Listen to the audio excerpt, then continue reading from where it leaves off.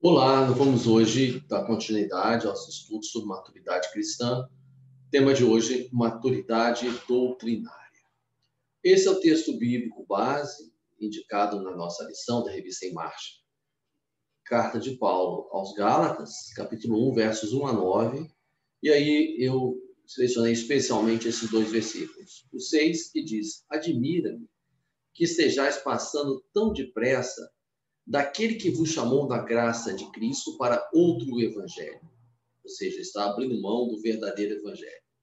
Mais ainda, que nós, ou mesmo um anjo vindo do céu, vos pregue evangelho que vá além do que vos temos pregado, seja anátema.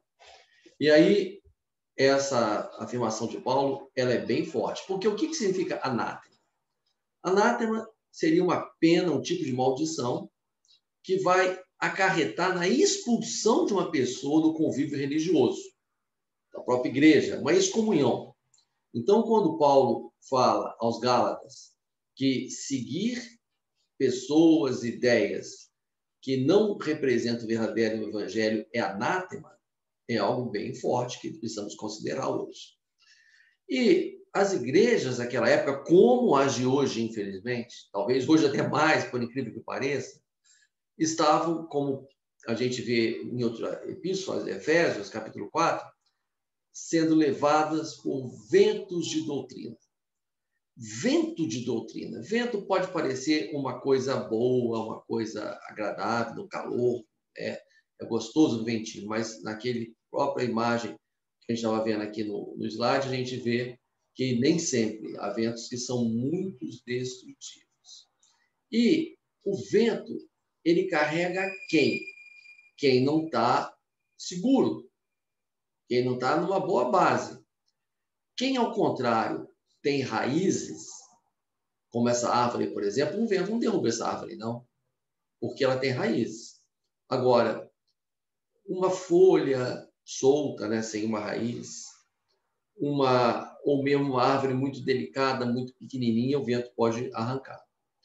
E a igreja precisa, então, entender, como está escrito aqui, as nossas raízes não podem ser trocadas. A gente tem que buscar na maturidade cristã, nesse processo de amadurecimento, conhecer cada vez mais e nos apegar a essas raízes. Nesse exemplo que eu falei há pouco, uma folha sozinha, ela é facilmente arrastada por qualquer vento, não precisa nem ser um vento forte. A folha que está junto da árvore, né, os galhos, que são como uma árvore forte com raiz, não são arrastados por qualquer vento. E assim somos nós, quando estamos realmente firmes na nossa comunidade de fé. Que foi um tema na aula passada, que nós vimos no domingo passado, como é importante a comunhão como instrumento de maturidade. E o que estava acontecendo com as igrejas da Galácia? A Galácia era uma região, várias igrejas. Havia movimentos judaizantes, esse foi um problema que Paulo encontrou de forma recorrente naquele momento, pessoas que achavam que o cristianismo era uma mera continuação da religião israelita judaica. E colocavam, então, que o que justificava alguém era cumprir a lei dada por Deus a Moisés. Paulo, então, ele vai resgatar a história de Abraão, que está simbolizado nesse desenho, olhando para as estrelas do céu.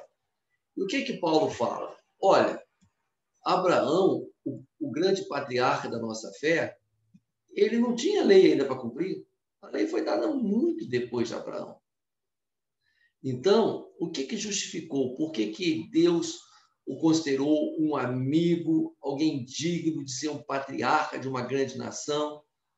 A fé dele, que demonstrou em vários momentos, como, por exemplo, dele sair da sua parentela, depois daquele momento impressionante de se dispor até a oferecer em sacrifício seu próprio filho.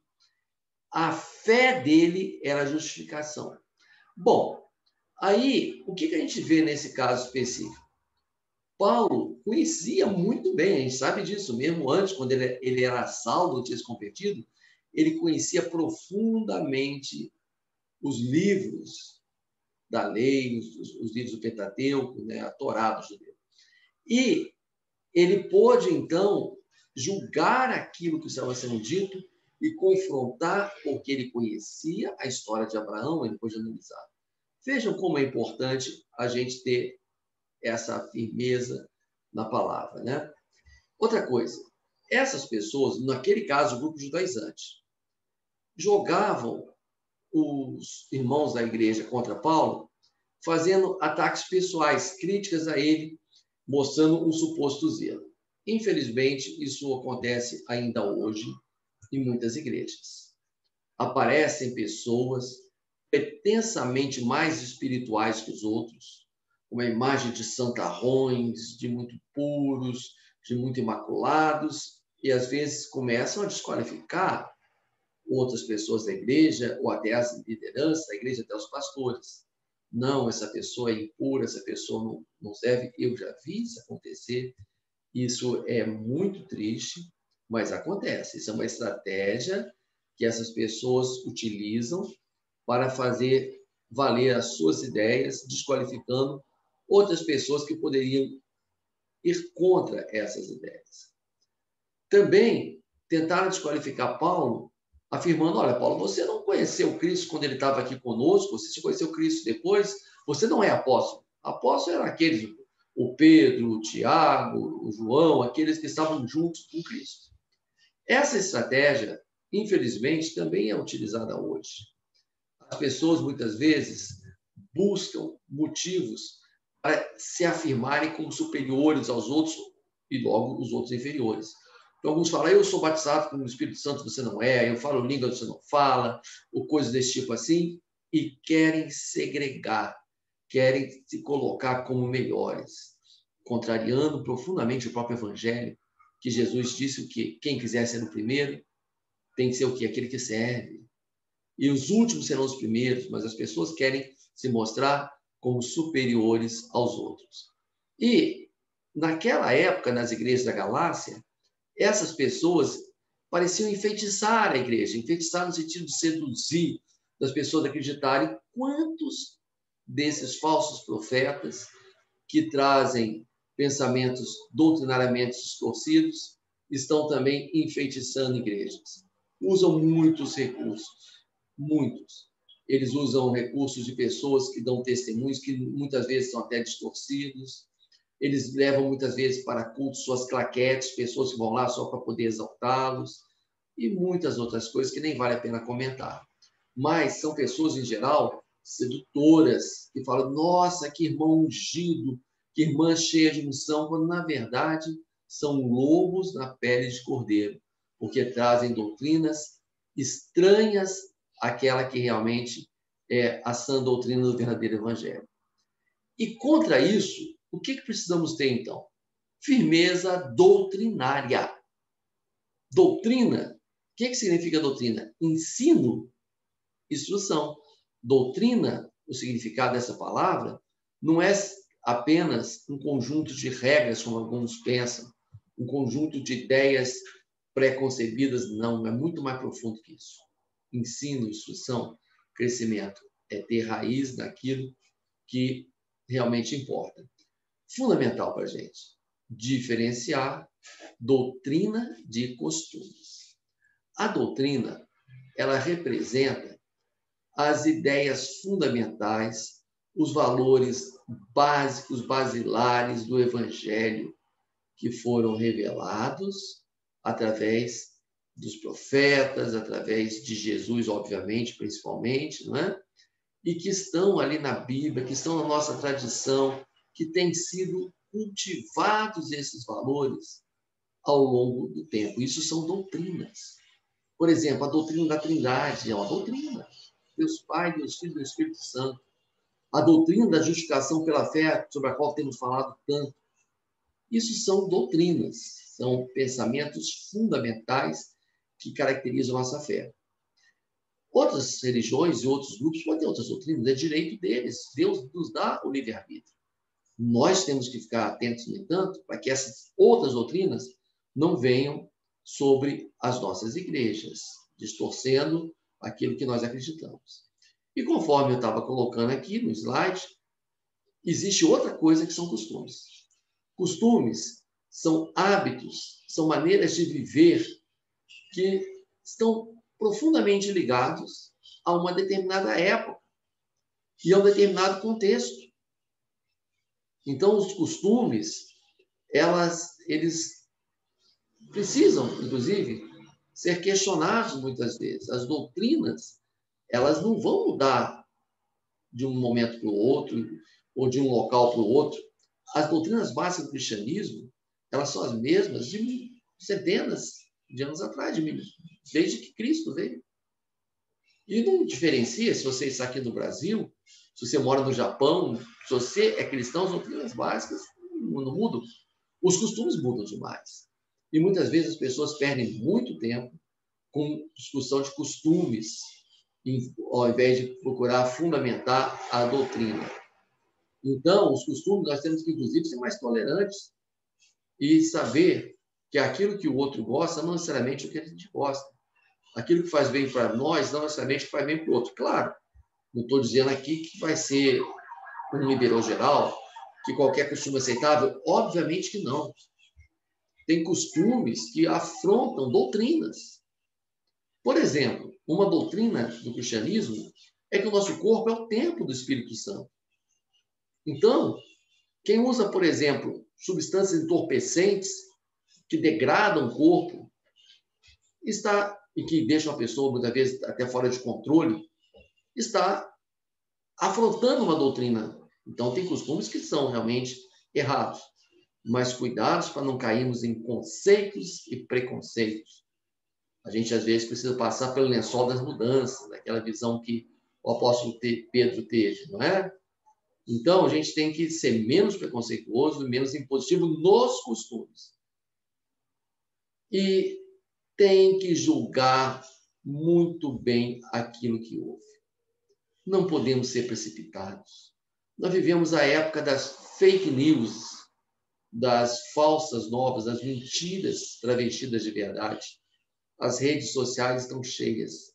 Mas não só as redes sociais, tem pessoas que nas suas pregações, nas suas reflexões, nos trazem fake news. E olha, cuidado. Não, mas eu vi. Gente, você viu alguma coisa que muitas vezes foi distorcida, foi manipulada.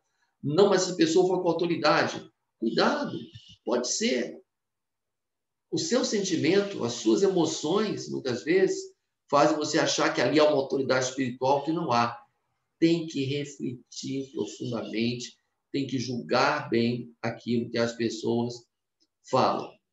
E, como eu já comentei anteriormente, não é que a gente queira ser melhor do que os outros, não. A sua igreja, a minha igreja, a sua, que não necessariamente é a mesma minha, né? Eu sou do metodista, você pode ser presbiteriano, pode ser batista, pode ser de outras denominações. A gente tem que conhecer bem as nossas doutrinas. Se escolheu servir a Deus naquela igreja, temos que conhecer e valorizar. Respeitar as doutrinas de outras igrejas, sim. Mas nós não podemos perder as nossas identidades. Na verdade, a nossa história, cada igreja tem a sua história, tem a sua identidade. E conhecer também aquela pessoa que supostamente vem em nome de Deus.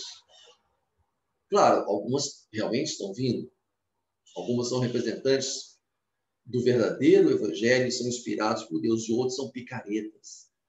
Ou picaretas, ou pessoas até bem intencionadas, mas fora de foco.